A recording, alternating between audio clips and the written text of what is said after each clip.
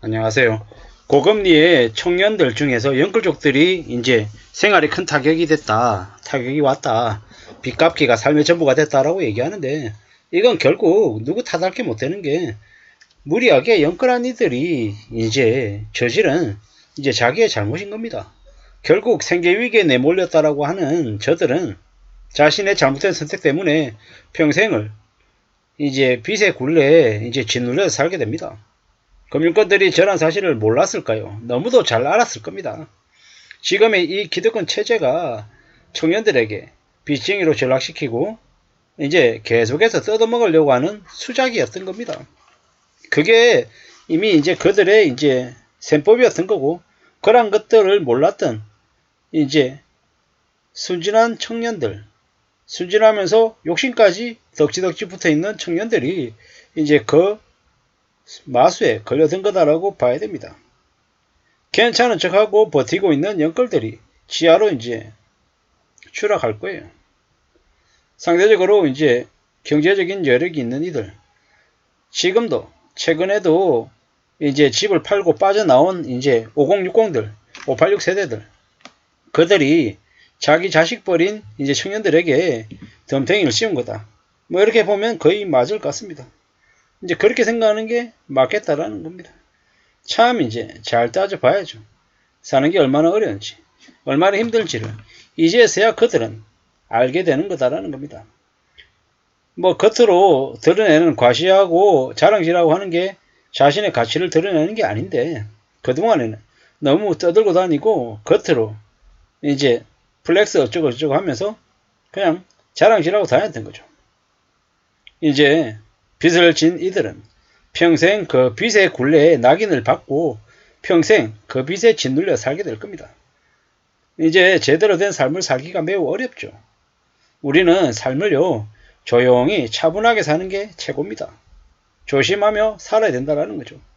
떠들어대고 과시하고 드러내면 화를 입을 가능성이 커집니다. 대출이 없으면 소비를 좀 줄여가며 자신의 삶을 추구하며 지낼 수 있습니다. 좋은 차 끌고 다니고 명품 가방으로 자신을 드러내는 것 말고요. 절제하고 아끼면서 자신의 삶에 충실하는 것. 이게 제일 좋은 모습이다라는 겁니다. 자기의 인생을 어떻게 살지 자기 스스로 정하는 게 가장 멋진 모습인데요.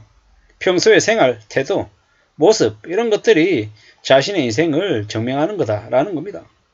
남에게 얻어먹지 말고 자기 돈으로 살고 루이비통이 롤렉스니 뭐 이게 뭐가 의미가 있겠습니까? 아무 의미 없습니다. 그보다 자기의 땀을 흘려 힘들게 번 돈을 의미있게 소비하는 게 그게 제일 좋은 거다라는 겁니다. 가스값 오르고 전기값 오르고 기름값 오르고 각종 공과금 다 올라가는데 견딜 수 있겠냐고요.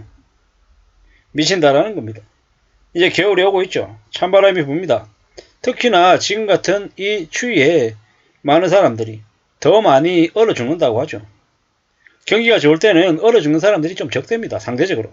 근데 경기가 안 좋을 때 더 많이 얼어 죽는답니다. 심리적으로 이제 더 위축이 돼서 그렇게 되는 것 같습니다. 앞으로요, 이제 영끌한 이들은 자신의 노동력을 헐값에 팔아야 됩니다. 죽을 때까지 일해야 되는 거죠. 주택담보대출 40년짜리, 50년짜리. 이제 그런 빚낸 사람들은 평생 자신의 노동력을 착취당하며 살 거다라는 겁니다. 우리가 허리가 굽으신 이제 폐지를 쌓은 리어카를 끌고 다니는 할머니 할아버지를 보면 얼마나 한숨이 나옵니까? 그분들이라고 한때 잘 나갔던 시절이 없었을까요? 있었을 거예요. 근데 그분들이 지금 그리 사는 걸 얼마나 안타깝게 생각하고 나는 저런 모습이 아닐 거다라고 누가 장담할 수 있겠냐라는 거죠. 집을 몇 채나 사서 부자가 됐다고 잘 선택했다고 그랬던 이들이 어떻게 됩니까? 몰락하는 거죠. 나이 처먹고 돈 더 벌겠다고 욕심 부렸다가는 중년의 나이에도 노년의 나이에도 다 뺏긴다라는 겁니다. 정신 차리고 조심도 조심하면서 살아야 됩니다. 지금 뭐 여기 뉴스에도 보면 3억 대출 받아가지고 신축 빌라 파주에 있는 거 샀는데 뭐 지금은 원리금이 300만원까지 불어났고 고물가 때문에 생활고에 시달리고 있다라는 거죠. 말이 안 되는 얘기인 거죠. 말이 안 되는 얘기입니다. 제2금융권에서 청년들의 연체율이 높아지고 원리금 상환에 실패하는 경우도 늘고 있다. 새마을금고 다중채무자 20대로 이렇게 좁혀보면 뭐 연체율이 4.3%라는데요. 2020년 1.4% 비해 3배가 오른 거랍니다. 충격이죠. 어떻게 되겠습니까? 앞으로 뭐 이러한 청년들에게 뭐 지원 같은 게 제대로 되는 게 가능할지 아니면 맞을지 되게 고민스러운 거죠. 엮어라서 무리하게 빚져가지고 이제 빚 못 갚아가지고 허덕이는 사람들에게 세금으로 도와줘야 되는 게 맞냐? 뭐 이런 좀 논란의 소지가 분명히 있다라는 거죠.